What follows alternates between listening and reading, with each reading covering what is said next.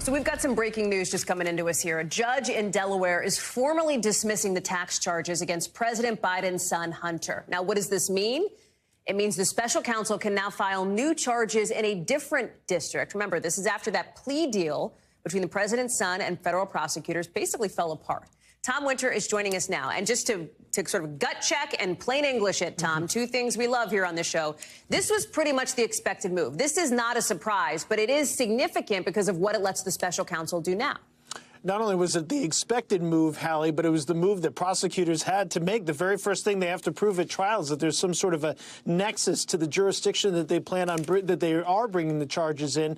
And that was not the case in Delaware. They even said that, look, bringing this here would be a kind of a fallacy. There's just no way we can bring this case forward since that plea deal that you referenced fell apart. So what can the special counsel do now? They are free to charge Hunter Biden on these specific charges or other specific charges in any other district that they feel like they have that venue, that nexus to. And the most likely places for that are going to be the Central District of California, based in L.A., where Hunter Biden was living at the time. The other option is the D.C. area. There's some potential ties there.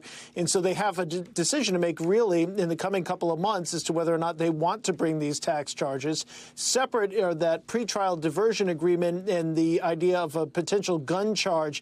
The judge has not made a determination as to whether or not that is in effect, so that's something that still needs to be worked out. She's accepted the withdrawal of Hunter Biden's attorney, Chris Clark, freeing him up to potentially testify about the plea negotiations to help better inform her as to whether or not she wants to dismiss that as well. So we need to wait and see whether or not she orders up a hearing and everybody's back in court. But the tax charges against Hunter Biden, as expected, as you alluded to, Hallie, have now been formally dismissed.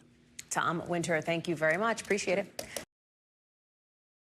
Thanks for watching our YouTube channel. Follow today's top stories and breaking news by downloading the NBC News app.